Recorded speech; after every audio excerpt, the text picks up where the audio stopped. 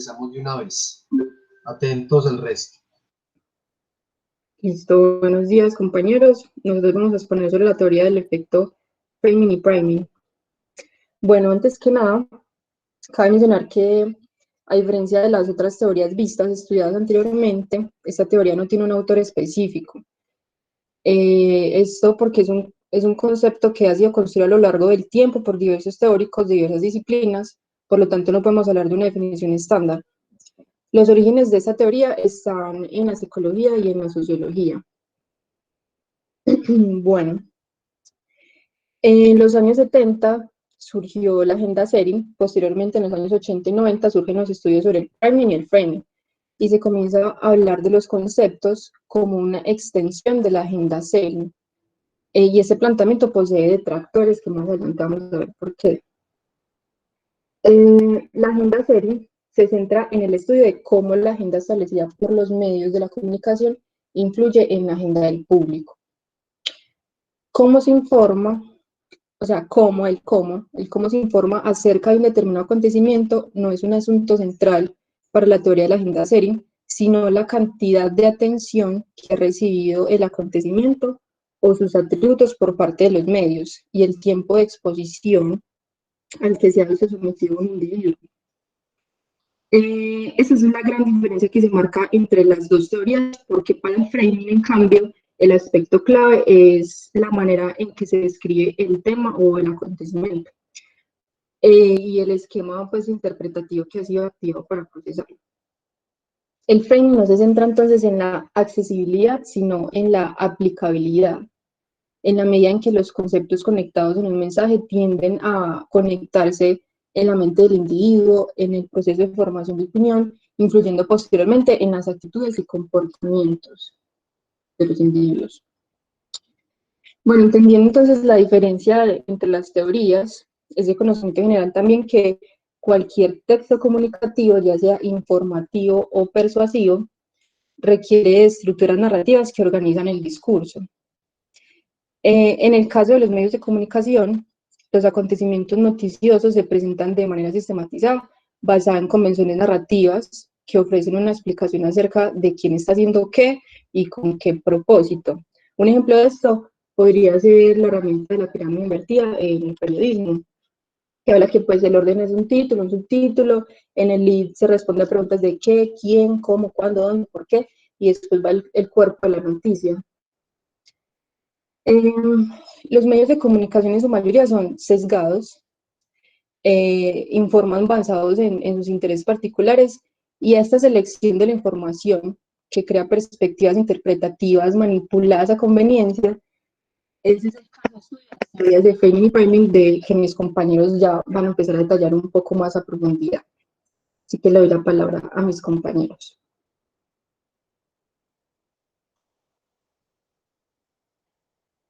Bueno, ¿me escuchan bien? Sí. Sí. Bueno, yo les voy a hablar un poco de lo que es el framing. El framing es la manera en cómo los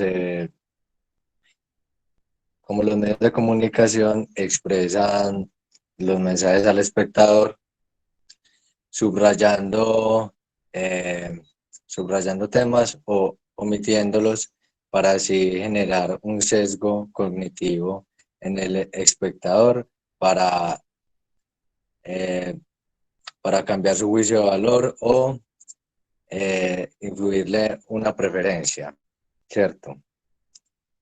Entonces, hay teóricos que nos hablan sobre este concepto como Pam y Kosicki, que afirman respecto a la agenda setting que el framing supone un avance en la investigación, ya que detiene más en el proceso del discurso de las noticias y la conceptualización de las cuestiones políticas. ¿A qué se refiere con el proceso del discurso de las noticias? A eso mismo que yo mencionaba anteriormente, a cómo acomodan el discurso para dar el mensaje que los medios de comunicación quieren transmitir al espectador e influir en su juicio de valor. Bueno, los frames no son meros atributos de los temas, sino ideas más amplias que corren toda la noticia.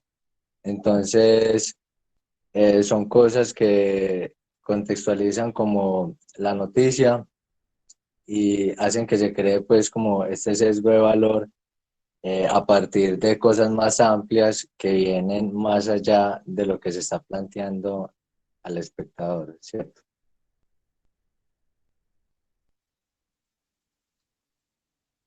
Volvamos acá. Por ejemplo, estos dos teóricos, Jacobs y Shaw, hicieron un experimento sobre el framing y la agenda setting, ¿cierto? Entonces, ellos plantean que existe una correlación entre la relevancia que otorgan los medios a determinadas cuestiones y lo que la mayoría de la sociedad considera como los problemas más importantes del país. Así concluyeron que los medios establecen la agenda del público. En un estudio posterior a Jacobs y Shaw intentaban determinar cuál era la dirección de la influencia de la agenda, es decir, se quería saber si eran los medios los que influyen al público o por el contrario, si la agenda pública era la que aportaba a los medios. Entonces, por medio de la agenda setting y el framing o el efecto marco, se crea ese sesgo cognitivo por el cual se sesgan las preferencias de una persona ante un problema o decisión que depende de cómo se presente este. Sí, ok, entonces es la forma en cómo se presenta el mensaje y cómo se quiere plantear a ese espectador o lo que se quiere influir. Por eso este efecto se ve mucho en lo que son las campañas publicitarias, también lo que son las campañas políticas. Es una forma de influir la sociedad para manipularla.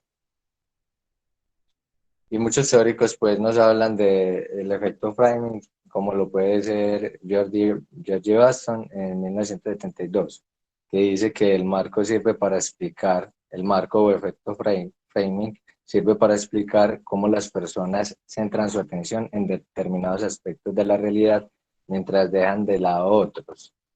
O sea, cómo las personas ignoramos algo que puede ser fundamental en una noticia y nos centramos solo en lo que nos está contando y no vemos más allá o detrás de lo que hay, sino solo lo que nos está planteando el medio de comunicación y lo que nos está transmitiendo.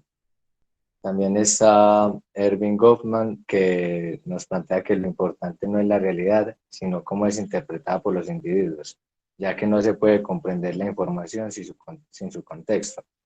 Algo que pasa mucho actualmente es que las personas no van más allá en el contexto, sino que se centran más que todo en lo que los medios plantean nada más. Bárbara Tuchman, en 1978, dice que la noticia es el marco de una ventana desde la cual el periodista puede percibir solo una fracción de la realidad e interpretarla considerando esa limitación. Entonces, digamos que el efecto framing nos hace pensar en cuán objetivos pueden ser los medios de comunicación y entender que la objetividad no hace parte de los medios porque por medio de estos efectos y digamos la agenda setting también se genera ese sesgo en los espectadores y esa subjetividad que ellos quieren transmitir según sus intereses, tanto sociales, económicos y políticos.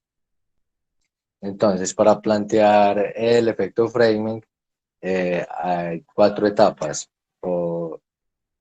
que se pueden plantear, que es lo que yo mencioné anteriormente: subrayar o esconder aspectos del objeto o el acontecimiento que se está contando, filtrar rasgos, consultar algunas fuentes y dejar otras de lado. Eso hace parte de la subjetividad con la que los medios transmiten la información, que abordan unas fuentes pero dejan otras de lado porque no están dentro de sus intereses. Fijar expectativas. por ejemplo, de tal o cual problema, construyendo un asunto. Entonces, construir un asunto claro, argumentado con las fuentes que están bajo su interés para poder elaborar pues el mensaje de una mejor manera planteada y hacer que el espectador sea influido por este mensaje, hacer que el receptor capte el mensaje y lo influya de manera significativa. Y ya por último aparecen los portavoces que pueden articular demandas e intentan llamar la atención de los medios. Por ejemplo, que haya paz con justicia y dignidad, ¿cierto? Entonces acá podemos ver pues como las 4 etapas para la ejecución del efecto framing para transmitir un mensaje por medio de los medios de comunicación, ¿cierto? Ya aquí podemos ver pues como unos ejemplos del efecto framing en las noticias, en donde podemos ver que, por ejemplo, en la crisis de Venezuela, las demoledoras conclusiones del informe de Bachelet sobre la situación en Venezuela. Entonces, digamos, con la situación de Venezuela se manejó mucho eso del framing, no solo en Venezuela, sino también en Colombia, ¿cierto? Entonces fue utilizado como algo para, voy a poner el ejemplo de la campaña política, ¿sí? Que la campaña política del Centro Democrático de Iván Duque, que se centraba en eso, en no ser como una segunda Venezuela, ¿cierto? Entonces, digamos, el efecto framing se ve reflejado acá cuando amplían o magnifican una información y ocultan otra, magnifican la información del problema en Venezuela, de lo que está pasando, de la dictadura, todo. ¿Para qué? Para transmitir esa emoción, por decirlo así, para transmitir ese mensaje al receptor y hacer que influya en su juicio de valor y manipularlo por medio de este efecto, ¿cierto? Ya le abro Listo. paso al compañero Alejandro para que continúe. Ojo, devolvete al ejemplo anterior, yo lo profundizo un poquito. Bueno, eh, fijémonos en estas dos noticias, que ambas son sobre el informe que hizo Michelle Bachelet, una alta comisionada para los derechos en la ONU, sobre la crisis de derechos humanos en Venezuela. La primera fue publicada por la BBC, ¿cierto? Y tanto el titular como la fotografía están orientadas a resaltar las violaciones a los derechos humanos que estaría cometiendo este gobierno de Maduro. Mientras que en la segunda publicación, que fue hecha por Telesur, un canal de propiedad del gobierno de Maduro, los derechos humanos se omiten y se enfoca más en el bloqueo económico de los Estados Unidos a Venezuela. Entonces utilizan una estrategia mediante la cual tratan de culpar a este país, Estados Unidos, por lo que sucede allá en Venezuela. Ambas noticias son sobre el mismo tema y publicadas en fechas cercanas, pero como evidenciamos, tienen un enfoque totalmente diferente. Ahora sí, pasemos a lo que sería el priming. Bueno, ¿qué es el priming o efecto de primacia? El priming se asegura de la relevancia y pertinencia de determinados elementos de la noticia destinados a sostener argumentalmente una determinada mirada e interpretación sobre los hechos. Establece entonces que las imágenes emitidas por los medios son capaces de estimular la relación entre el pensamiento en la mente de la audiencia. El priming entonces es dar a la opinión pública una dirección respecto a un tema, pero también alterar las normas con las cuales se valora. Por ejemplo, a los líderes políticos.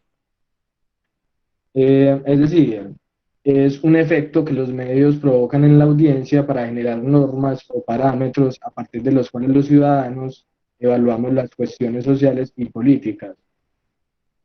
Además, esta teoría se funda en el supuesto de que la audiencia no tiene un conocimiento muy elaborado sobre cuestiones políticas y el poco conocimiento previo que tienen no lo toman en cuenta al momento de tomar una decisión política.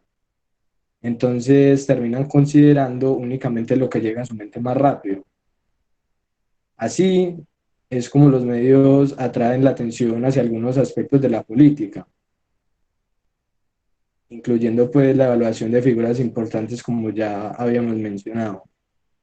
Este efecto, por ejemplo, se ha visto muy presente, como ya decía el compañero Juan José, no solo en la campaña, sino también pues en el desarrollo del gobierno. Han hecho contratos con varias agencias de publicidad que a través de distintos canales, radio, televisión, redes sociales, han tratado de mejorar la imagen pública del presidente. También recordemos que Duque creó un canal de televisión en el marco de la pandemia, supuestamente para informar el desarrollo de la pandemia, pero realmente lo que quería era transmitir una falsa sensación de control por parte del gobierno, ya que veíamos pues que no nos estaba yendo muy bien con esta situación. Y todo esto lo logran con un uso particular del discurso, un orden determinado en que se presenta la información, el tono en el que se transmite el mensaje. Todos estos elementos buscan influir en la interpretación de la audiencia. Bueno, pasa Juanjo. Listo. Pero el origen del priming no es precisamente en estos contextos comunicativos.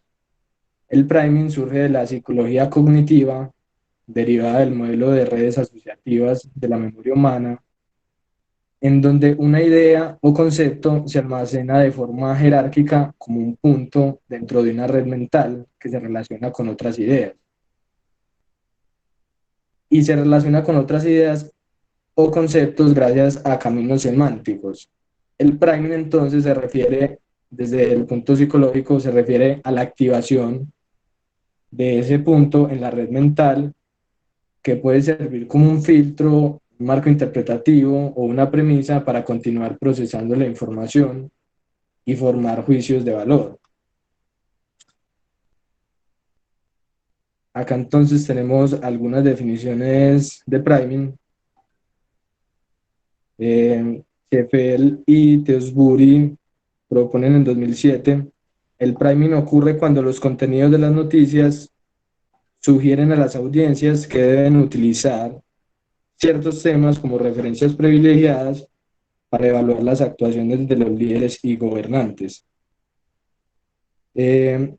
Iyengar y Kinder proponen, por otro lado, definen el priming como los cambios en los estándares que las personas utilizan para hacer evaluaciones políticas.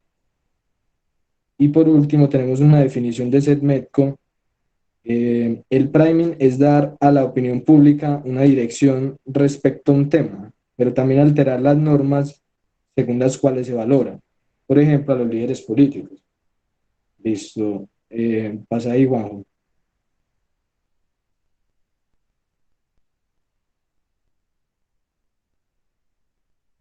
Listo. Esto se produce por dos fenómenos, de los cuales se tienen evidencias en los estudios que se han hecho. Los dos fenómenos son la atención selectiva y los atajos cognitivos. La atención selectiva se refiere a cómo la persona se concentra alrededor de unas pocas imágenes e impresiones, así como en algunos pocos temas.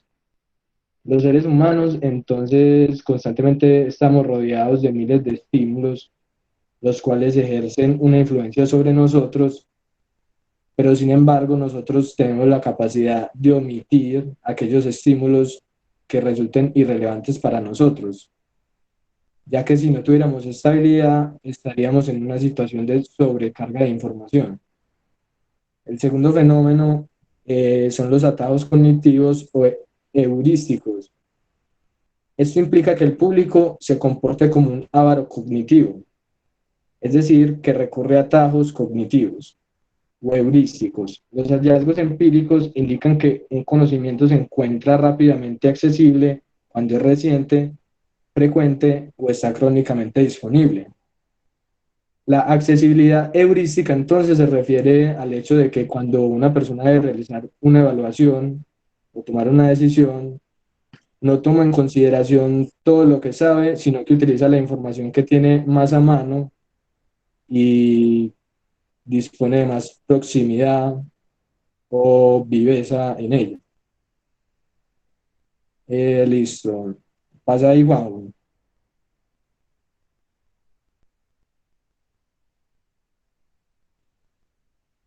Hermann Ebbinghaus fue un filósofo y psicólogo alemán y mostró la importancia de la presentación de la información. Esto lo hizo en su investigación sobre la memoria y sobre el efecto de primacia, llegando a dos conclusiones principales. La primera es que las primeras informaciones generan la activación de un esquema sobre la otra persona. Así las informaciones posteriores son interpretadas según el esquema activado. Y la segunda conclusión es que las personas tienden a prestar más atención a las primeras informaciones que las presentadas en último lugar. Esto lo demostró mediante un experimento que hicieron donde le leían a una persona una lista con una cantidad determinada de ítems mayor a 7 y le piden que escuche con atención y después le piden que escriba los elementos de la lista que recuerda en cualquier orden. Y el resultado suele corroborar pues esta conclusión de Hermann Ebbinghaus, donde prima el efecto de primacia. Entonces tenemos que los elementos o estímulos, los que presentan al principio, ejercen una mayor influencia. No solo se recuerdan mejor, sino que también interfieren en el recuerdo de los elementos posteriores. El efecto de primacia, como ya dijimos, pues se produce cuando nos presentan una lista con varios ítems y después al enumerar los elementos recordamos mejor los que están al principio. Este fenómeno también ocurre es porque los elementos iniciales de la lista se almacenan mejor en nuestra memoria a largo plazo. Se almacenan mejor que los últimos elementos. Listo, pasa ahí, Juanjo.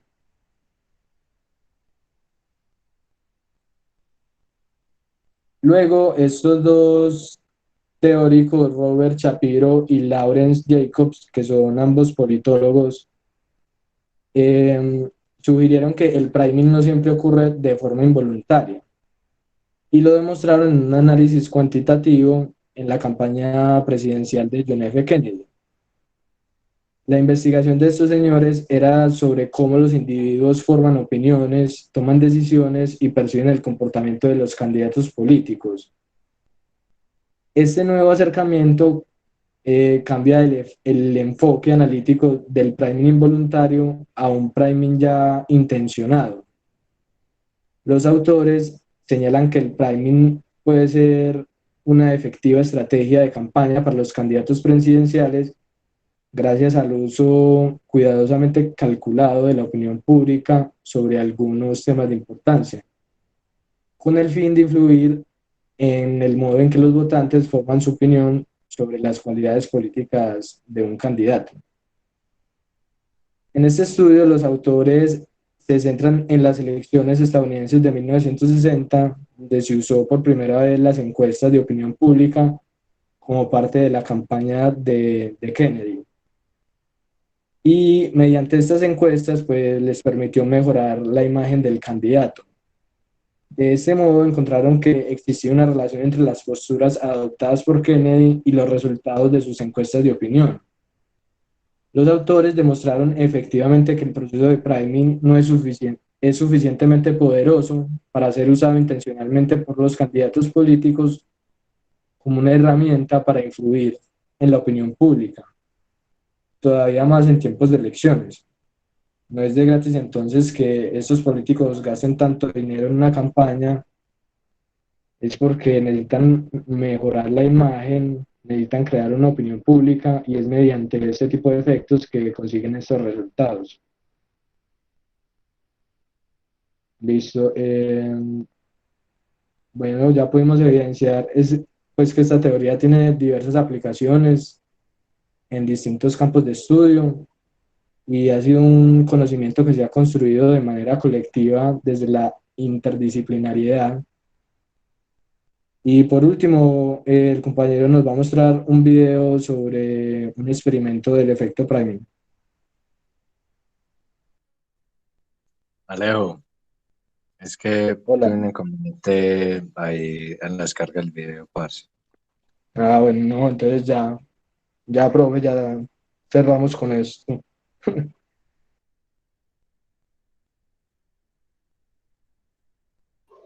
Ok, muy bien. ¿Qué preguntas e inquietudes tienen ustedes, chicos, frente al efecto framing y priming?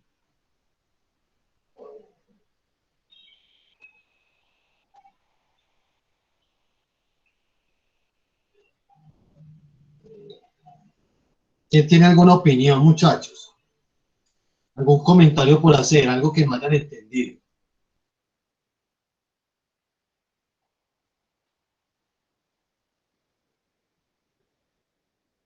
¿Todo está claro entonces?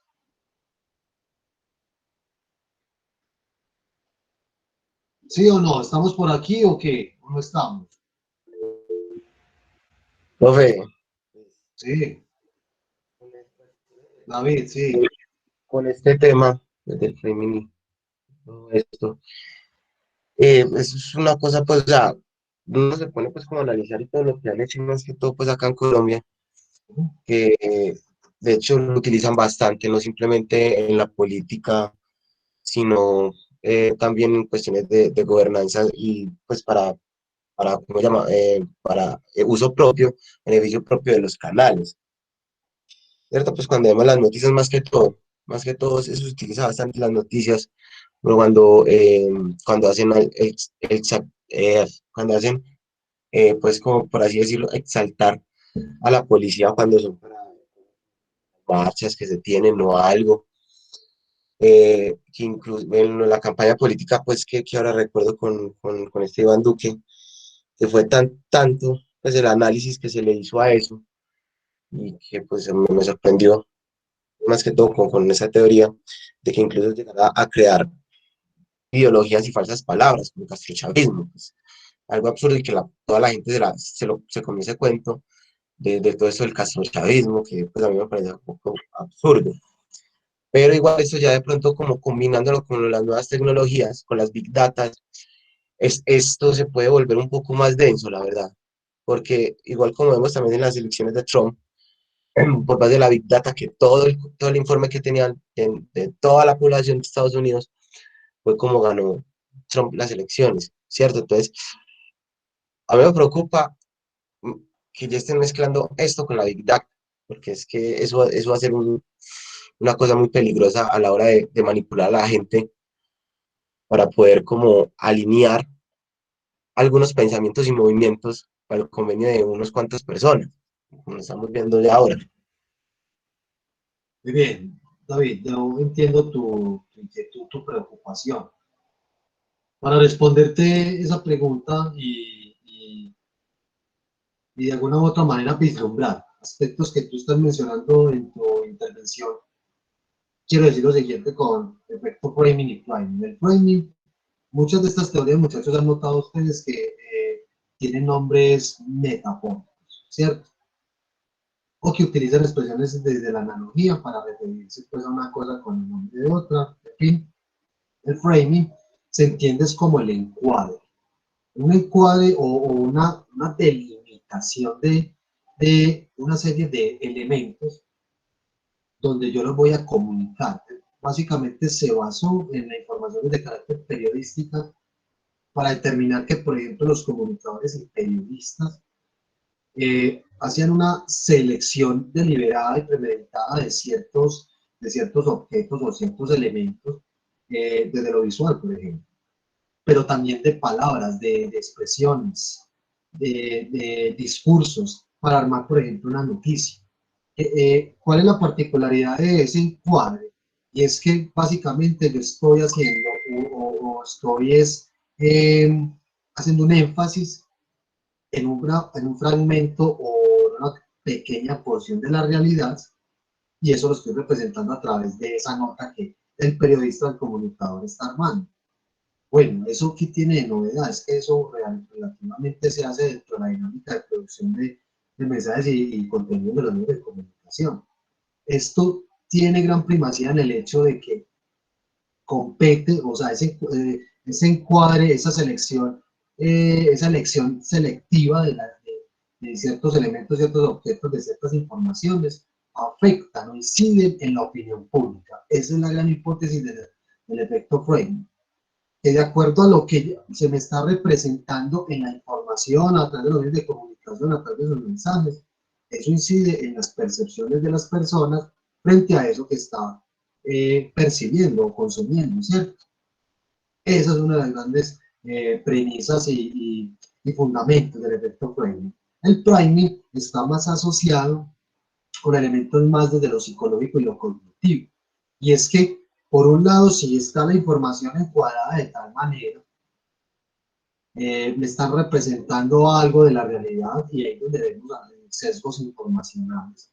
También entra a jugar la percepción y la elaboración mental que nosotros, las audiencias, hacen frente a lo que están consumiendo. Entonces, si una información está delimitada de cierta manera, y por otro lado, el papel, ¿cuál es el papel activo que está realizando la audiencia para descodificar ese mensaje, comprenderlo, percibirlo bien, significarlo? Desde luego que todas y cada una de estas cosas afectan la opinión pública. Ahora bien, David, traes a colación un elemento que ha venido, una serie de elementos, más bien, que han venido cobrando mucha relevancia en el contexto de las comunicaciones digitales contemporáneas. Caso específico, redes sociales y otros espacios virtuales y digitales. Y son los algoritmos y todo este tema de la data y todo eso. Desde luego que esta teoría o estos enfoques del framing y el priming se dieron en unos contextos determinados. Sin embargo, nos compete a nosotros tratar de hacer una relación al contexto actual para mirar ciertas incidencias o ciertos efectos tardíos. Hoy por hoy, recuerden muchachos que nosotros seguimos siendo audiencias de la de comunicación masiva. La televisión se ha transformado, pero no ha desaparecido. La radio se ha transformado y no ha desaparecido. El formato de la prensa, que es imprensa, se ha transformado, pero no ha desaparecido, ¿cierto? Lo cierto, muchachos, es que el hecho de que las informaciones van a seguir siendo encuadradas de cierta manera y cada vez más hay unos efectos de primacía de la información, ¿cierto? Que está muy anudado desde la psicología, propiamente este enfoque. Esto lo vamos a seguir afrontando con una particularidad en el caso de las redes sociales y ya que usamos este tema de los algoritmos y la habilidad. Y es que noten ustedes que cuando ustedes están, por ejemplo, en Facebook, las publicidades que a ustedes les aparece es muy diferente, por ejemplo, en el perfil de Facebook al de David. El de David le aparecen otras publicidades, otra información referida, al perfil de Esteban, etc. ¿Cierto? Ahí podemos decir entonces que se está haciendo una delimitación a partir del estudio de unos comportamientos propios como usuario. Entonces ya me van a aparecer cosas de música, o de deporte, o de política, etcétera y etcétera. Por otro lado, los algoritmos se están traduciendo en lo siguiente, y son acciones que uno como usuario puede hacer.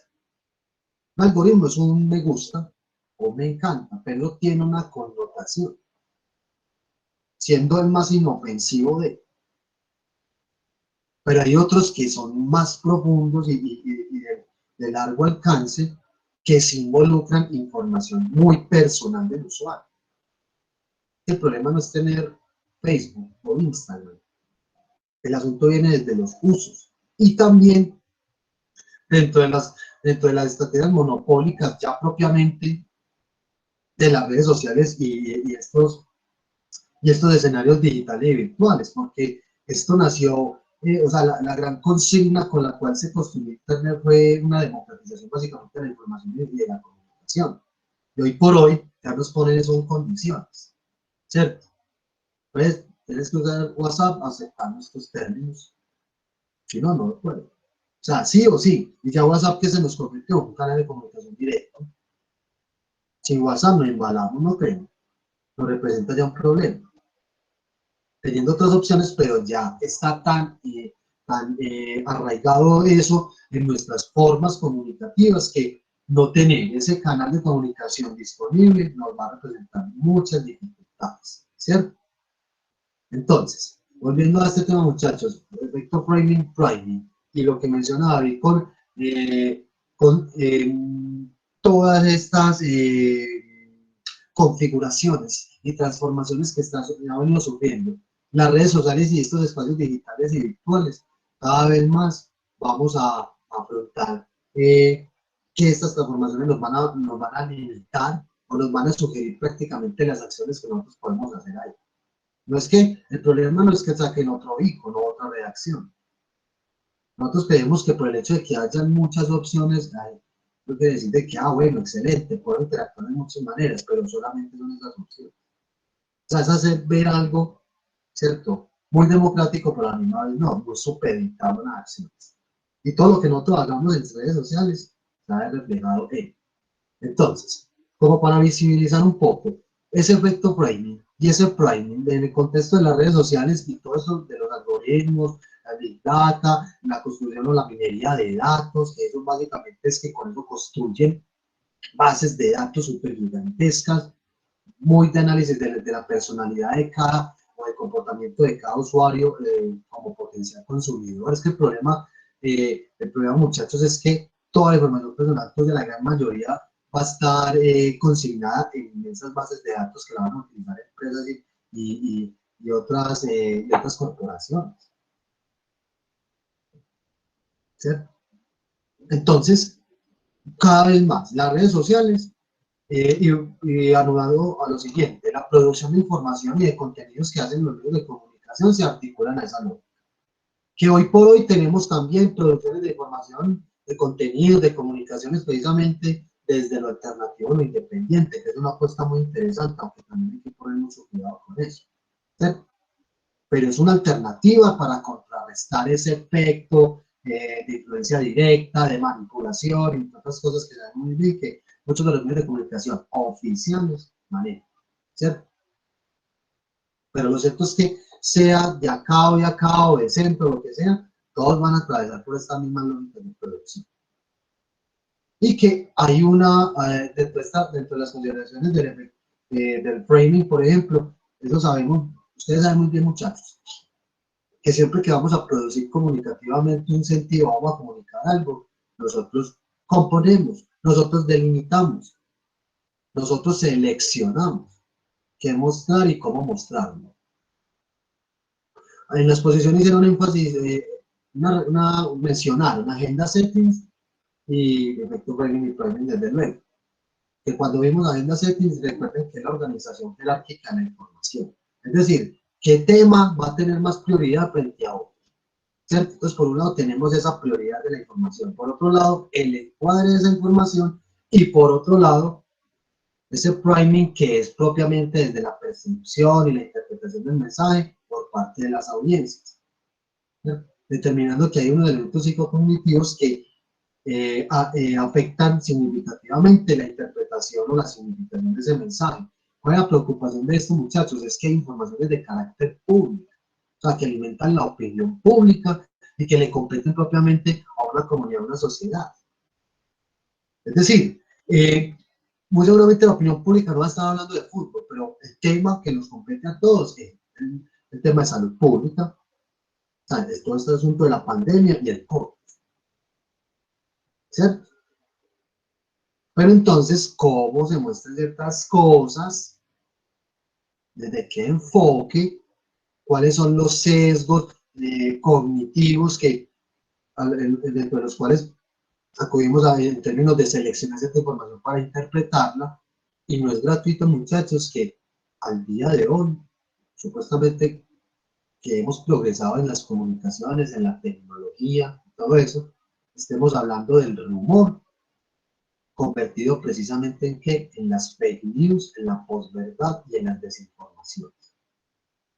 Y vemos cada vez más que la gente común, el ciudadano corriente, La audiencia, al fin y al cabo, se sigue pagando el cuento entero. Y es tanto el problema que creo que ustedes alguna vez se han dado cuenta de que hay medios de comunicación, hay noticieros que se han equivocado elaborando su propia nota periodística de noticia, ¿cierto? Porque no consultan bien la fuente. O porque es tanto la proliferación de información que no produce precisamente un sentido positivo, sino todo lo contrario, desinforma. No creería que si existe mucha más información, vamos a tener muchas más cosas para de donde agarrarnos, y no necesariamente genera un efecto contrario de desinformación. ¿Cierto? David, respondo un poco con más inquietud y lo importante también es como dejar preguntas o cuestionamientos para seguirnos reflexionando. Y ahí todo muy claro ya Vale, con todo esto. aquí vamos a hablar de ese tema, de los algoritmos, más adelante, ¿listo? Ok, profe. Para que sigas, yo me imagino que ya se los vi, lo vieron, es recomendado, documental de Netflix, el dilema de las redes sociales, ya se lo vieron muchachos, lo conocen, lo han escuchado, David, Sí, señor. Sí, señor. Sí, profe, Sí, profe. muy bacano. ¿Cuál, ¿Cierto? profe? ¿Cuál documental? Bacano, el bacano. dilema de las redes sociales, muy interesante, y anudado a la actualidad. Hay otro que salió precisamente, eso es tarea mía, pues, y además porque soy sido consumidor de documentales también. Hay uno control, o sea, con todo el tema precisamente del análisis puesto en lo político, en lo electoral y en lo ideológico. Control y en relación a los medios de comunicación y todo el contexto. Entonces, no recuerdo muy bien cómo le llaman, está nuevo, y es corto. También es para que yo en estos días se los menciono para que lo vean. Eh, y ahí vamos a hacer un análisis muy interesante también. Muy bien, muchachos. Chicos, vean, yo quería mostrarles algo también, pero por cuestiones de tiempo, darles el espacio a los siguientes expositores. Un análisis que hace propiamente una psicóloga del efecto Prime. Dura 8 minuticos, pero se los voy a dejar acá en el chat para que lo vean posteriormente.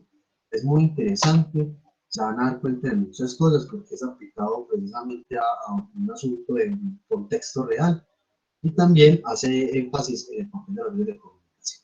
Listo, ahí se los dejo entonces para que lo vean en su tiempo libre, después lo conversamos y bueno muchachos, ese era mi aporte que quería realizar frente a la exposición, frente al tema y de paso también solucionar las inquietudes y comentarios, conversar a través de las expresiones que ustedes acaban de manifestar.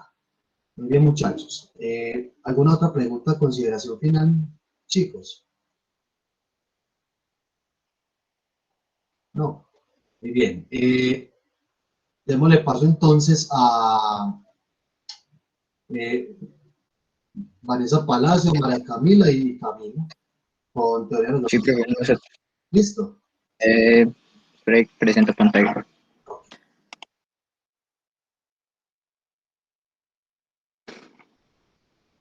Profe, antes de que los compañeros empiecen, no se te olvide incluir ahí a María Camila Duque en nuestro grupo. ¿A quién? A Gracias. María Camila Duque. Sí, señor. Aquí en teoría del efecto framing y priming. Sí, señor. Bueno, igualmente ahorita muchachos, por favor, ustedes se quedan para conversar algo, ¿listo? Al final de la clase. Listo, profe. Ok, muy bien. Bueno, nosotros vamos a exponer teoría del flujo de la comunicación en 2 pasos. Listo. Entonces yo les voy a dar como un breve contexto de cómo surgió toda esta teoría. El- Esa teoría pertenece a la corriente de los efectos limitados, ¿cierto? Y antes, pues, se tenía como la concepción de que los medios eran como entes todopoderosos, ¿cierto? Pero esto empezó a cambiar a medida de los años 40, cuando Estados Unidos empezó empezó a financiar investigaciones empíricas acerca del área de la comunicación y cómo esta se relaciona con la sociedad.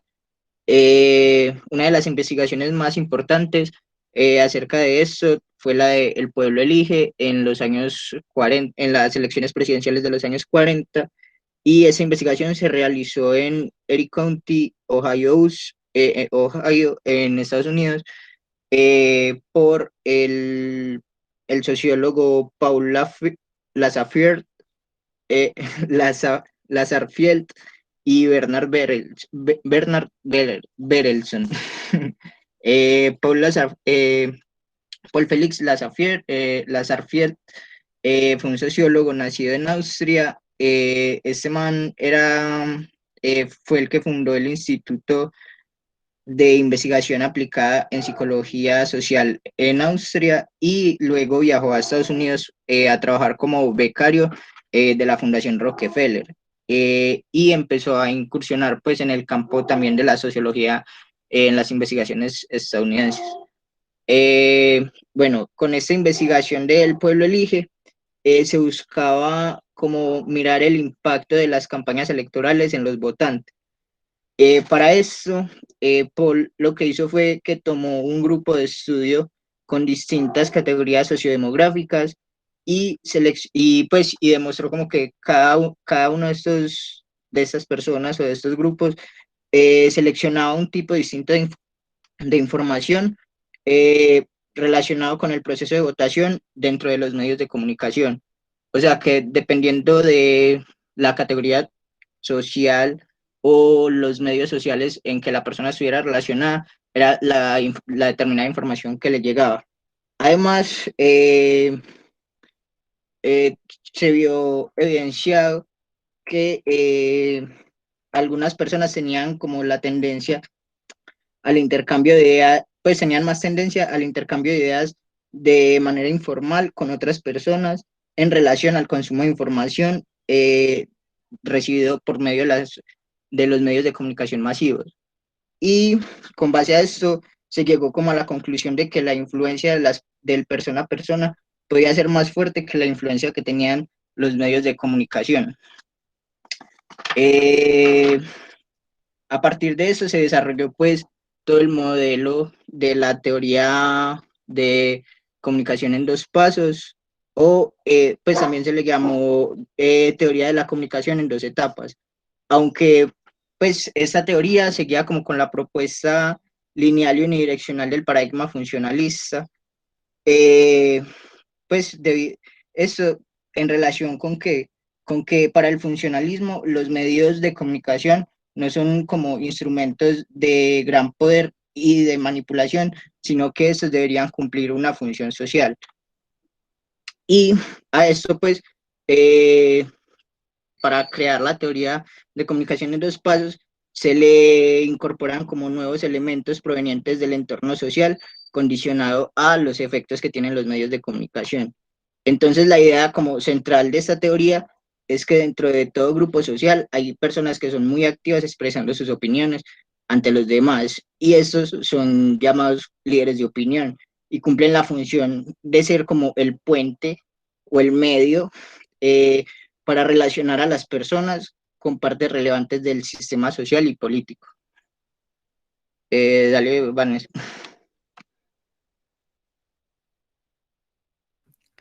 Listo. El enfoque o lo que básicamente plantea la teoría del flujo de la comunicación en dos pasos es que los medios de comunicación envían información, la cual es recibida por los líderes de opinión, como lo estaba comentando ahorita Cami, los cuales procesan esa información y la interpretan para al final transmitirla a los miembros de sus grupos o su comunidad social.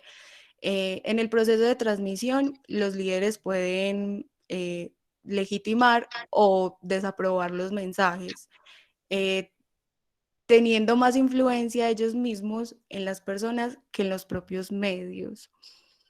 De esa manera, los medios de comunicación pues intentan más como forzar a digamos, como a reforzar esas predisposiciones que ya tienen las personas, digamos, a adaptar la información de acuerdo a lo que las personas están creyendo, entre comillas, y así pues como ser más asertivos y más aprobados, por decirlo así. Para que el resultado sea como real y efectivo, el líder, como le estaba diciendo ahorita Cami, debe ser una persona que logre empatía con su grupo, que verdaderamente tenga un grado de influencia, así el medio de comunicación pues logra efectivamente pues como llegar a las personas y que ellas reciban el mensaje, ya sea pues como bien o mal, porque como la información tiene un filtro, entonces pues a veces es como, pues todo el mundo ve que estamos desinformados de mucha manera, entonces bueno, los líderes de opinión, ahora con las redes sociales y todo, pues vemos que estamos llenos de líderes de opinión, que ahora se le llama mucho influencers. En el tema de la política, existen también como los presidentes de las acciones comunales, que son como los líderes de cada sector rural, por ejemplo, principalmente rural acá en el país. Ellos digamos que primero se encuentran con los políticos, pues hablando en tema de política, primero son los que primero se encuentran con los políticos, hablan de sus necesidades y ya el presidente de la acción comunal le dice, pues le lleva como su mensaje al resto de su grupo social. Porque se llama teoría de la comunicación en dos pasos, pues porque sigue estos dos pasos, o sea, que son como cuatro, pero el primer paso es el medio de comunicación crea el mensaje, lo lleva al líder de opinión, el líder de opinión pues lo procesa, lo digiere y ya después lo lleva al grupo social y así. Camino. Bueno, yo les voy a explicar el paradigma de Laswell, que es como también uno de los autores principales en esta teoría. Entonces, lo que nos dice ese proceso de comunicación es que los medios de comunicación serían el emisor primario y el emisor secundario sería el líder de opinión. El emisor primario lo que busca es transmitir pues, de manera más eficaz el mensaje para que llegue al público, y el líder de opinión lo que hace es digerir ese mensaje, como decía la compañera Vanessa. El líder modifica esa opinión, transmite pues como el mensaje de una manera más clara hacia el público en el que se esté dirigiendo. Eh, es importante que el líder de opinión pues tenga como eh, las características que el público de cierta manera como que busque para poder que el mensaje sea creíble. Entre más se aproxime el líder de opinión a las características ideales del público, más poderoso sería como el efecto del mensaje como tal. Pásala, eso. Bueno, entonces tenemos que los líderes de opiniones se convierten en los receptores de los medios de comunicación y posteriormente toman ese papel de emisor para transformar la información y el mensaje hacia el público. Entre las características tenemos que debe ser una persona carismática, debe ser pues como atractiva, perdón, y creíble pues como para que la población realmente entienda el mensaje que quieren transmitir.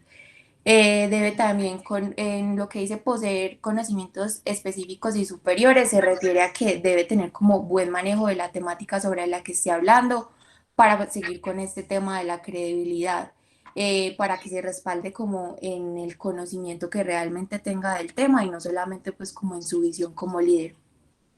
También debe identificarse con una población, pues como tener esa población segmentada con la que se identifica para transmitir el mensaje, para que todo sea más específico y ser reconocido, porque pues es importante que las personas sepan quién es ese líder de opinión y qué es lo que quiere transmitir.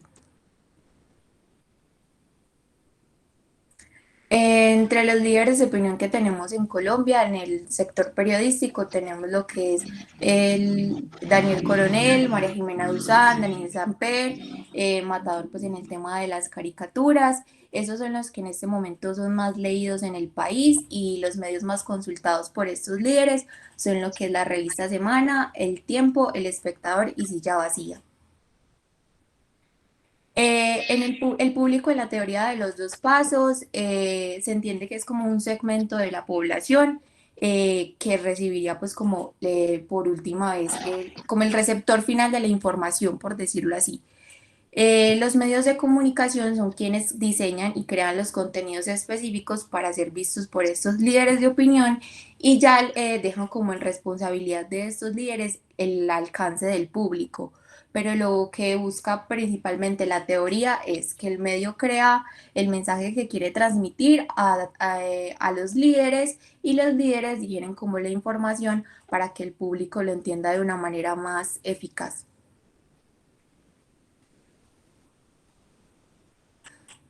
Profe, yo creo que ya no. Pues eso era, sí, eso era toda la exposición. Pues si tienen preguntas, dudas.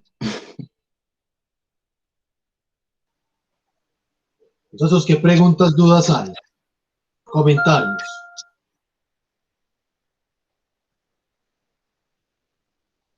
Ah, profe, pues ahí nos faltó agregar que, o sea,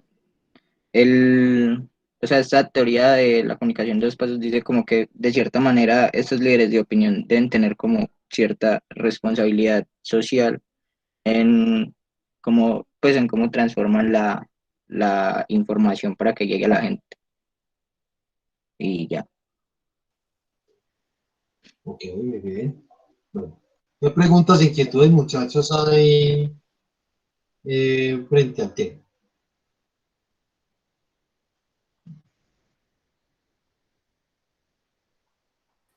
No, pues ¿Todo está más que entendido? dudas, Sí, Esteban.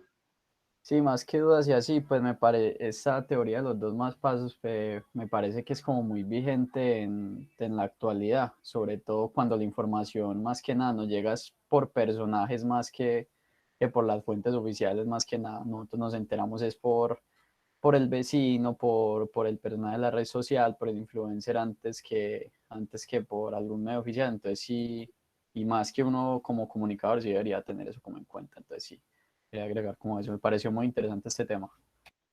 Ok, Esteban, muy bien.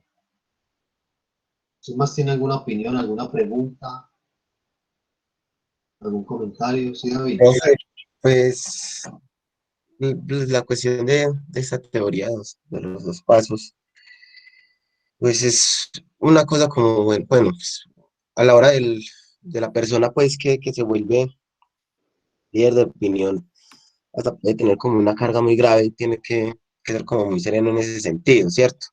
Igual como lo dijo el compañero, la responsabilidad social. Entonces es un factor importante por ser comunicadores o ser líderes de opinión, tienen que ser, o sea, el deber ser de ellos se supone que siempre tiene que ser con el pueblo, para manejar la información y llevar pues como esos contenidos que de pronto la gente por falta de educación o por falta pues como de conocimientos son ignorantes sobre el tema. Es tratar de desglosarlo de una forma que sea mucho más práctica, más concisas pues para esta gente, para el público objetivo que tienen, ¿cierto? Pues, y que, por ejemplo, pues, o sea, ahí nos mostraron los ejemplos de Matador, Samper y todo esto, que ellos tienen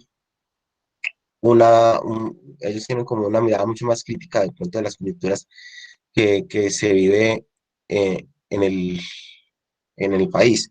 Pero igual también tenemos un otro lado, ¿cierto? Que también se han considerado como líderes de opinión, pero no tienen como esa capacidad o conciencia social que nos llevaban, pues, por ejemplo, que hay que mirar también eso, de que entonces cómo están manejando estos líderes que no tienen esa conciencia social, pues como por ejemplo, creo que el punto o ejemplo como más que nosotros que podemos ver es esta señora Vicky Dávila, por ejemplo, que ella no tiene como conciencia social, pero sí tiene, sí es como, sí, de cierta manera, una persona, un referente también sobre, sobre ser líder de opinión. Pues ella tiene mucha demanda también, pero no tiene esa carencia social, porque siempre va a ser, no a darle una información veraz ni eficaz al pueblo, sino siempre tener sus intereses personales y intereses de pronto con ciertos actores públicos también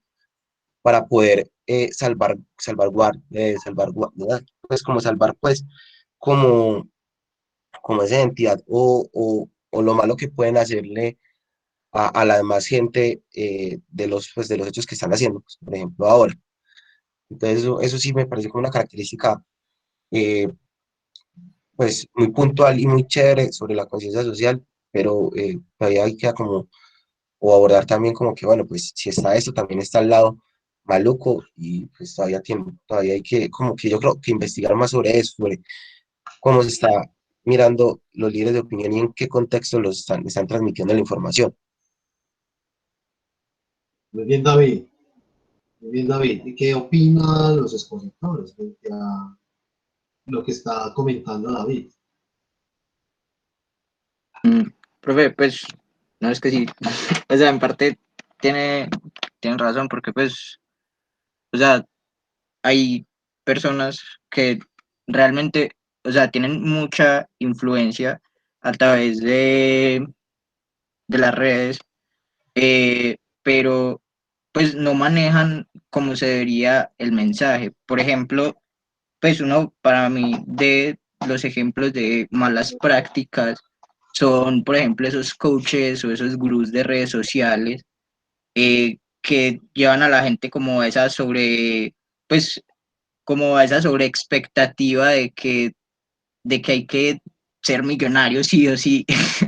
Y pues y que ellos tienen la fórmula mágica para ayudarlos a llegar a eso. Y pues si realmente están vendiendo como un mensaje muy, o sea, que no es como responsable. Entonces también, o sea, es como, sí, hay que analizar como quiénes tienen una influencia positiva y negativa como dentro de esos entornos sociales y culturales que existen hoy en día dentro de las redes sociales, que es como el medio masivo que hay hoy en día en cuestión de líderes de opinión. Ok, Camilo, muy bien. ¿Quién tiene alguna pregunta o apreciación? Nos dice por aquí Ana Sofía, perdón, pues Vanessa, que todo es cuestión de actitud. A ver, ¿en qué sentido? Bueno, muchachos, pueden dejar de compartir pantalla, no hay ningún problema. Bien.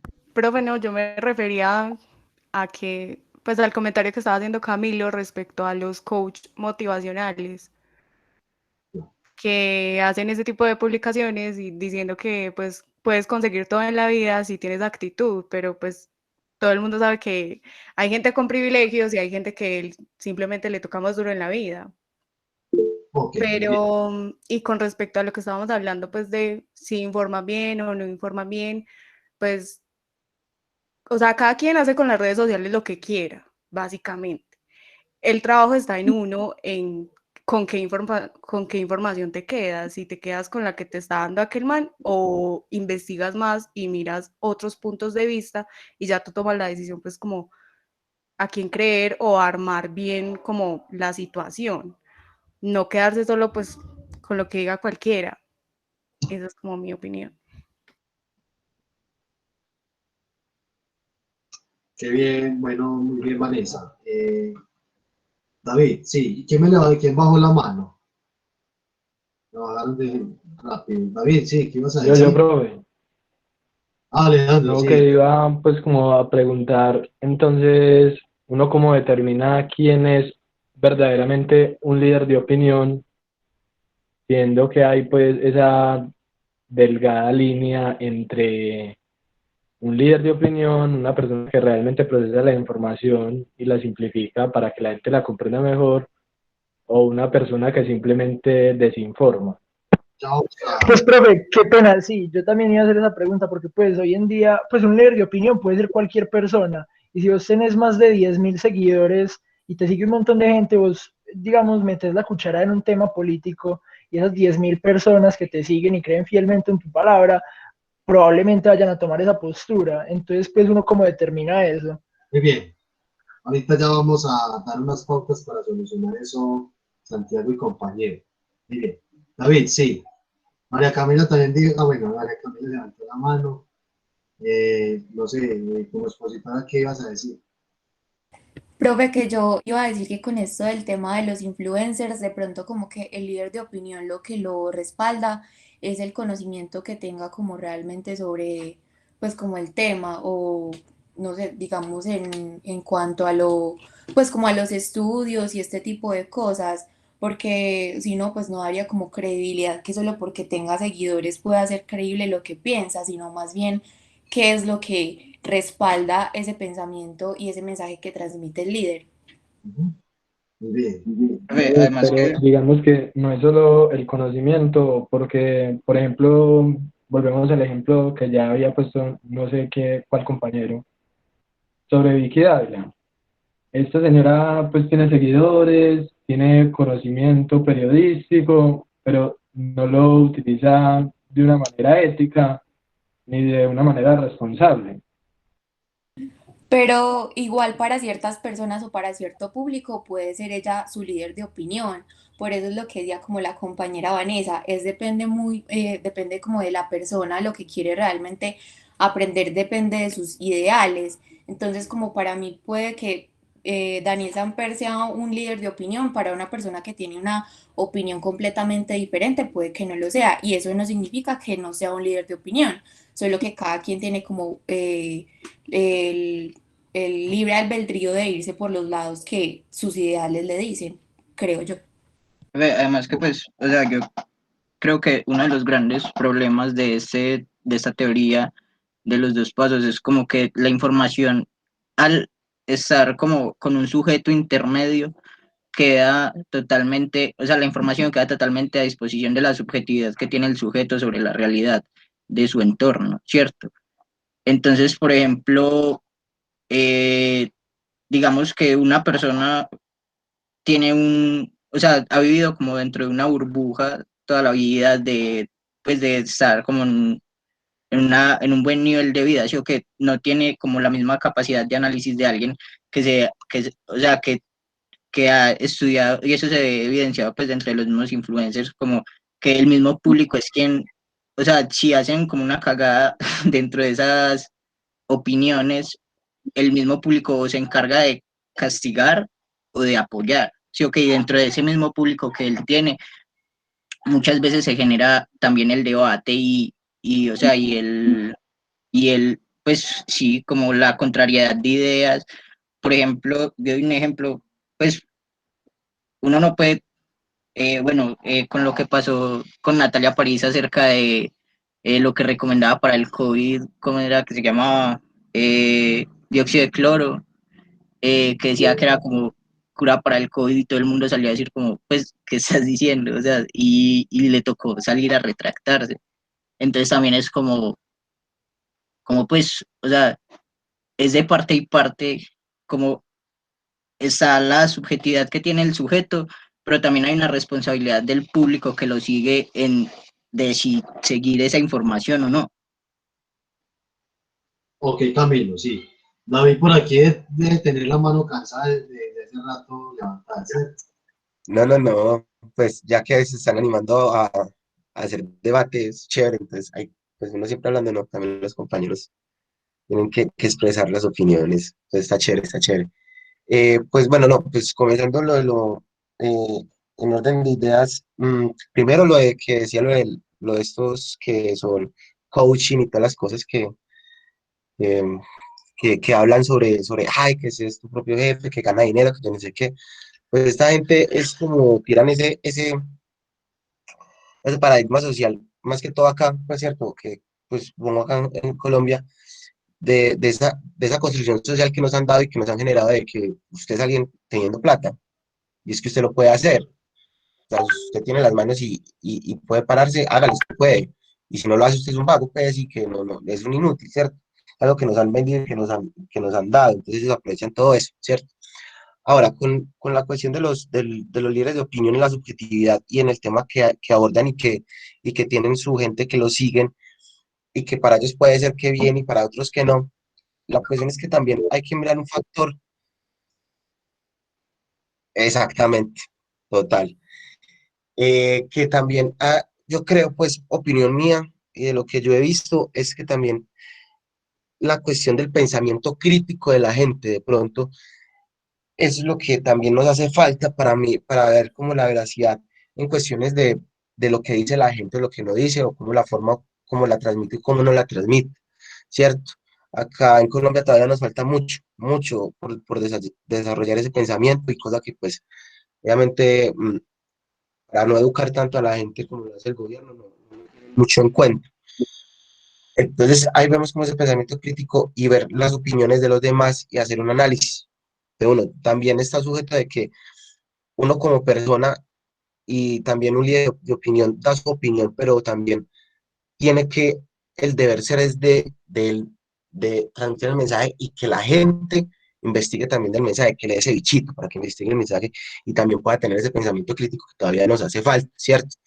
No sesgarnos en una idea política, sino que es de que, bueno, es mi opinión, es lo que yo investigué, pero pues igual hay otras opiniones, investiguen ustedes y miren, correlacionen a lo que investigaron para poder tener también usted su opinión, ese pensar suyo sobre esos temas de que se están hablando y que de pronto sí sean conocedores del tema por diferentes modos que se hayan hecho merecedor a ello, pues por estudios, lecturas, fuentes, todo esto, pero también hay que generar eso, o sea, yo creo que un líder de opinión también tiene que generarle ese bichito del cuestionamiento, del pensamiento crítico de la gente para seguir, ¿cierto? Pero igual también hay gente como el otro lado, de que solamente sesga y manipula a la gente como ellos teniendo el título y de que si yo soy más, yo sé más y es esto. Y por la misma carencia también de la educación en que llevamos, como se forman acá en Colombia, esto sí ha sido como mucho más fácil a la hora de vendernos esta gente como esas ideas y esas opiniones. Muy bien, David. ¿Alguien tiene alguna opinión, algún comentario? Porque los voy a recoger pues todos para dilucidar lo que están diciendo y lo que se expuso también, a manera pues también de aporte. Pero, ¿algún comentario, opinión adicional, muchachos? Pregunto. Ok, muy bien. Empiezo primero haciendo énfasis en la propia teoría de los pasos, de la comunicación de los pasos o pisos. Two-step flow, así lo denominan.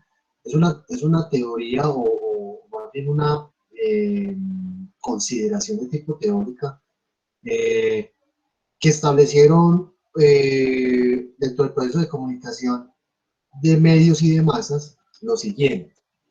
Una serie de niveles, dos de ellos, que tienen tres actores fundamentales o principales, medios de comunicación, ¿cierto? Primero, segundo, los líderes de opinión y por último, el público, las audiencias, ¿cierto? Noten ustedes que el contexto es muy diferente al actual. ¿Listo? Primera consideración.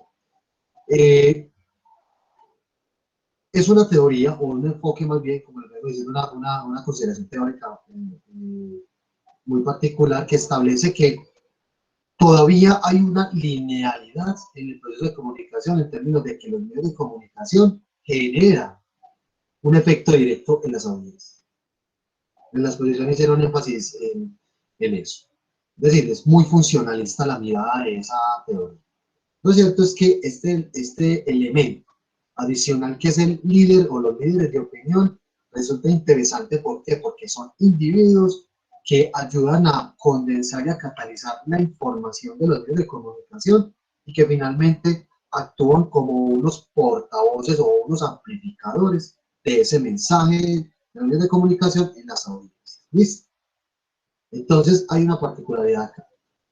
O bueno, resaltar las características de un líder de opinión. Un líder de opinión se dice que tiene que tener, en la perspectiva de la teoría de la comunicación de los dos pasos, debe tener las siguientes características o atributos. Primero, una representación mediática, ¿cierto? Segundo, ser avalado o legitimado por una comunidad, una sociedad o un grupo social determinado, ¿cierto? O sea, que goce de reconocimiento. Entonces, primero recuerden que es la representatividad mediática, ¿cierto? Una figura pública, de lo general. La legitimidad que se le da propiamente la gente, el público, las personas, legítimo como alguien que es experto en el tema, alguien al cual se le va a creer lo que está diciendo, ¿cierto? Tercero, carisma, es un elemento muy anudado a la personalidad que permite que la audiencia, el público, se vincule con él emocional, afectivamente, ¿cierto? Y en cierto modo racional. Tres características.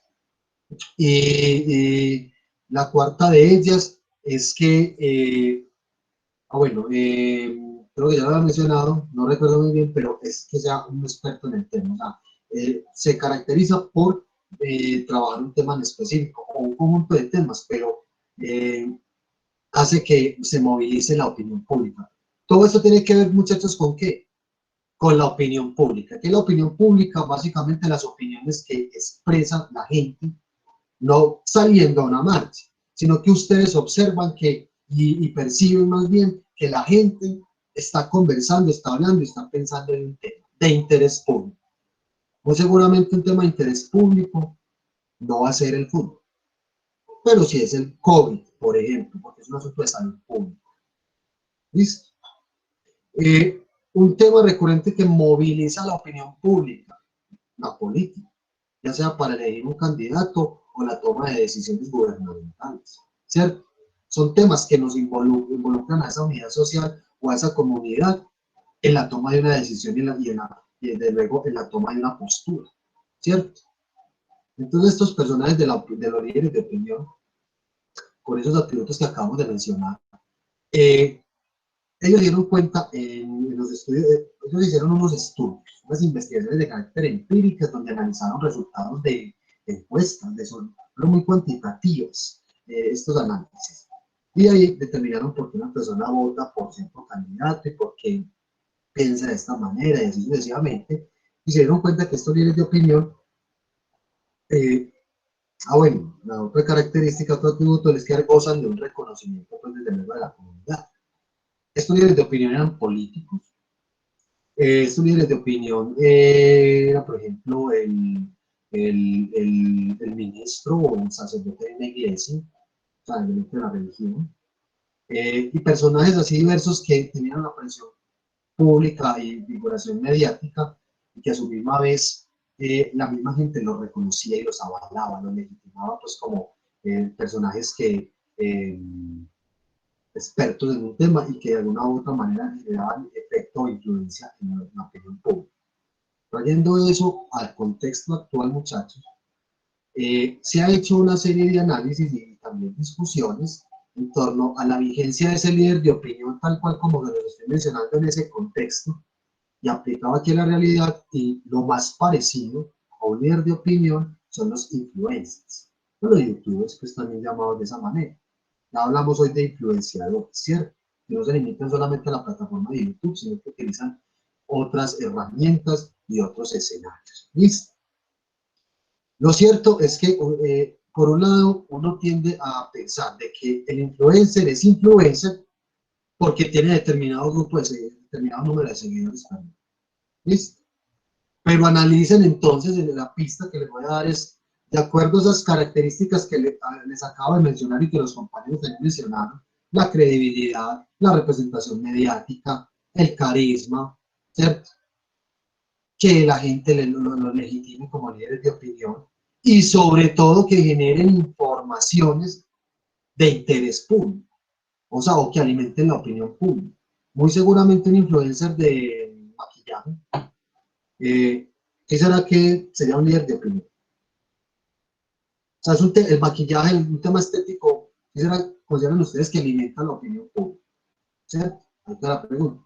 Otra cosa, y es como ustedes ahorita también mencionaron, por aquí en el chat con alguien que hablaba precisamente del tema del COVID, del dióxido de carbono, de cloro, perdón, sí, o sea, que da recomendaciones médicas para combatir el COVID, o a su misma vez hace todo lo contrario, desvirtúa la existencia de la pandemia, ¿cierto? Uno dirá, bueno, ¿qué hay de culpabilidad o qué es lo inofensivo ahí? Recuerden, compañeros, que estamos hablando de informaciones de carácter pública que competen a la opinión pública, ¿cierto? Sobre todo en este caso el tema de la salud, tan solo por poner un ejemplo, y que son comunicaciones de carácter social, o sea, de responsabilidad social. Hemos sabido, compañeros, que esos seguidores, pues también al fin y al cabo están alimentando sus propias percepciones a partir de esa figura, de lo que está diciendo, de lo que está manifestando en sus contenidos. Entonces, la pregunta va a quedar ahí. ¿Consideran ustedes que todos los influencers que ustedes conozcan, o los que estén saliendo en estos momentos, todos son líderes de opinión? ¿O hasta qué punto un influencer que consideren ustedes que no es un líder de opinión genera unos contenidos que pareciera ser que está actuando como un líder de opinión? ¿Les queda claro esa pregunta, muchachos? Una pregunta problematizadora. ¿Consideran ustedes que en asuntos, por ejemplo, político-electorales, porque es donde se moviliza la opinión pública, muchachos? Como les digo, hay temas de interés público, y hay otros que no. Los líderes de opinión, en este caso, en el contexto actual, influencers o figuras de representatividad mediática, ¿consideran ustedes que sí generan efecto en las personas para tomar decisiones, para moldear o direccionar ciertas percepciones, asumir posturas, ¿cierto? Y creo que más que enfrascarnos también en identificar y decir, bueno, este es líder de opinión o no, eso es una pregunta de examen, se ha hecho. Y ha sido muy curioso, muchachos, que algunos de sus compañeros colocaban antes que Rigoberto Urán era el líder de opinión. Yo, ¿por qué? Estamos pensando solamente en la representatividad mediática, no olviden las características, los atributos, listo, los que mencionamos ahorita, que cumplan con los requisitos, quizás es un líder de opinión, ¿cierto? Y también, sobre todo, lo que interesa analizar acá es el nivel o el grado de efecto o influencia que esas informaciones y ese personaje en particular genera en las audiencias, en la comunidad, en la opinión pública. Listo, una clave para repensar esto. Pero creo que hay preguntas mucho más necesarias y obligatorias hacernos frente a la existencia de los influencers y de estos posibles o algunos posibles líderes de opinión. Noten ustedes que no hay una política que regule en términos comunicativos los contenidos y las informaciones que emiten personajes de esto. Eso puede ocasionar problemas, siendo muy fatalistas y apocalípticos, ¿cierto? Como su misma vez también puede dinamizar cada vez más y democratizar la información. Lo que pasa es que pensamos nosotros, muchachos, que tener mucha información es sinónimo de algo excelente, pues, y de libertad, y no precisamente estamos generando eso. Está pasando, hoy por hoy estamos hablando de fake news, de la posverdad, de las noticias falsas, de la desinformación, ¿cierto? Que uno de esos aspectos a tener en cuenta fundamentales y que debemos cada vez más construir estrategias de alfabetización digital y mediática, y es para crear conciencia y crítica y pensamiento crítico por parte de las audiencias. ¿Listo? Eso es una tarea que no solamente nos queda a nosotros, los medios de comunicación, de la misma ciudadanía, toda la palabra esté. Y otra cosa es determinar lo siguiente: por un lado, pues, la inexistencia de políticas públicas que regulen esto, ¿cierto?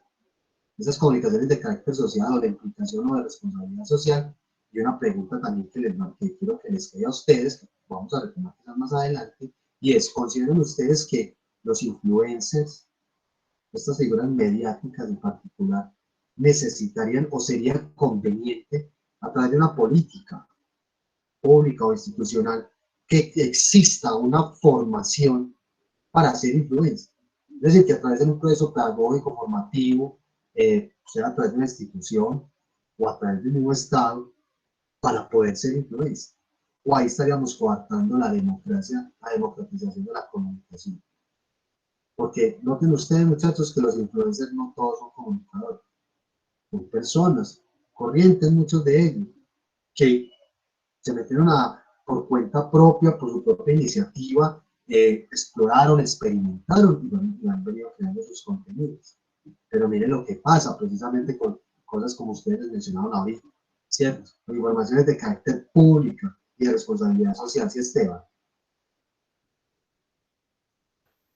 Sí, profe, con respecto a lo que comentabas ahorita, pues de los influencers y pues valga la redundancia, la influencia que tiene, yo digo que eso es algo muy, o sea, que todos nosotros, es como la cultura, todos sabemos que está ahí, pero eso es muy complicado medir los límites que tiene. Entonces, por ejemplo, uno ve, por ejemplo, a los grupos, por ejemplo, de menor edad, niños por ahí pongámosle, entre 5 y 15 años, que están pegados a todo eso del tema de youtubers, tema de tiktokers, creo que se llama así, instagramers y todo eso. Y digamos que, por ejemplo, a mí me pasó cuando yo estaba como en sexto, séptimo, que ese man, el Rubius, que es un youtuber español muy famoso a nivel mundial, empezó a pegar como mucho acá en Colombia. Muchos de mis compañeros empezaron como, pues que lo seguían, empezaron como a recrear ciertos elementos de la personalidad de él. Entonces, como era español, entonces empezaban a recrear como algunos de los, digamos, catchphrase que tenía él, como joder, tío, hostia, puta, que yo no que, unos elementos que lo hacían, que hacía que uno lo reconociera a ese influencer, a ese youtuber.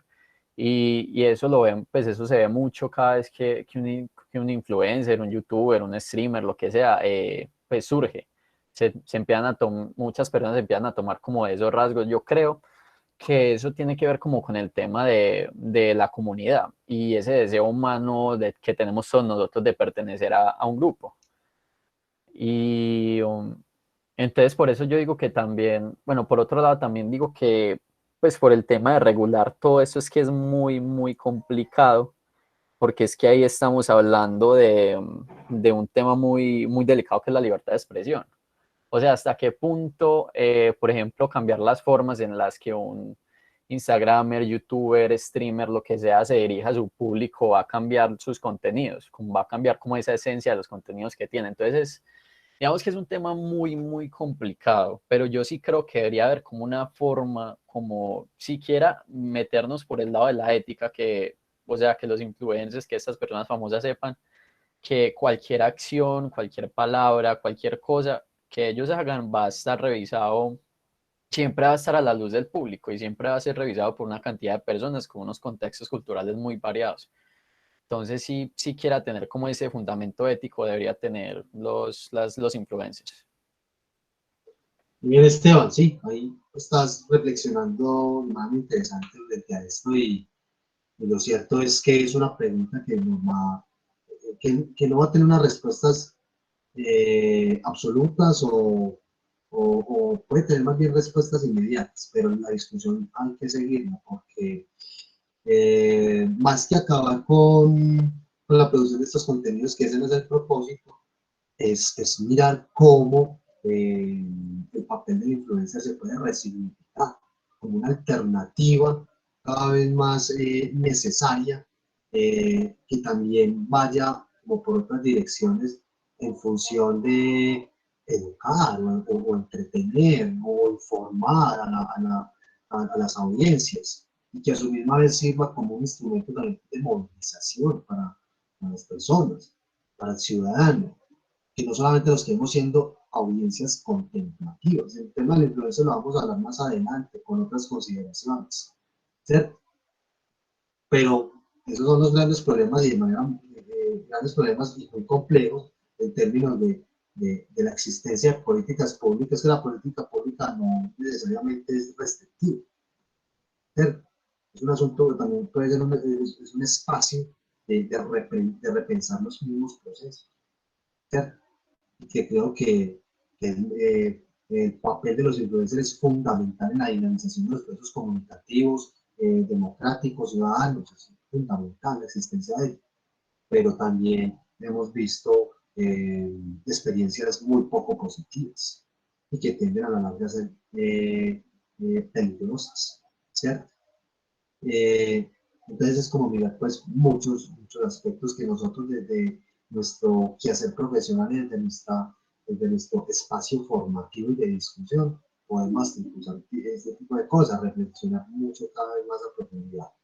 Muy bien, Esteban. Muchachos, con mis apreciaciones, mi intervención, soluciono inquietudes frente al tema de la exposición, frente a esta figura de los líderes de opinión. Y lo más importante, consideran ustedes que estamos planteando unas preguntas problematizadoras pertinentes para seguir reflexionando frente a esto.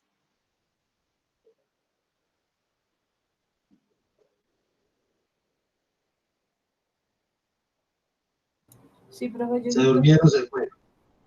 ¿Cómo, María Camila? profe, que yo siento que, por ejemplo, esa pregunta que hiciste de si los influencers hasta qué punto son líderes de opinión, y uno a veces siente que todos son líderes, pero pues hoy que acabé de ver y de analizar, no, pues realmente no muchos cumplen esa función, porque como dice el compañero, como dicen muchos compañeros, pues hay unos que simplemente están entreteniendo y hay otros que realmente quieren hacer un cambio, quieren concientizar o hablar de algún tema que realmente sepan y de forma consciente. Muy bien, María Camila, sí. Yo creo que el análisis que les cautiva a ustedes por lo general hacer es como analizar las características de los contenidos, de los formatos, las estéticas, el tratamiento del tema, el impacto de estos personajes y empezamos como a analizar, ¿cierto? Desde esta arista. Muy interesante hacer también desde luego ese análisis y no dejar como de lado las preguntas que estamos como colocando acá, ¿cierto? Pero es un tema que es fundamental abordarlo desde la recepción. Porque al fin y al cabo un influencer también es un consumidor de contenido, de informaciones, del mensaje mismo. Muy muchachos, ¿tienen alguna pregunta, algún comentario final? ¿Todo entendido entonces? Expositores, Pues sí, sí, ahí sí le dan pues, cuestionando otras cositas, pero sí. pero bueno, yo ya les ofrecí pues unas pautas para empezar a analizar las características de un líder de opinión. Nos interesa mucho más que todo también analizar el efecto y el alcance de sus mensajes, de sus contenidos. ¿Cierto? Porque ese líder de opinión para antes, en el contexto en el que fue estudiado, era una figura mediática, propiamente del medio masivo. Pero por hoy ya estamos hablando del ecosistema, de estos personajes en el ecosistema de las comunicaciones digitales. O sea, no solamente lo vemos en la televisión, o lo escuchamos en la radio, o lo vemos en la prensa, también lo vemos en redes sociales, por ejemplo. ¿Cierto? El elemento adicional. Muy bien. Muchachos, preguntas, inquietudes, comentarios finales. No, profe, todo muy claro. Bacanas estas clases así como debatibles y que todos participamos. Ok.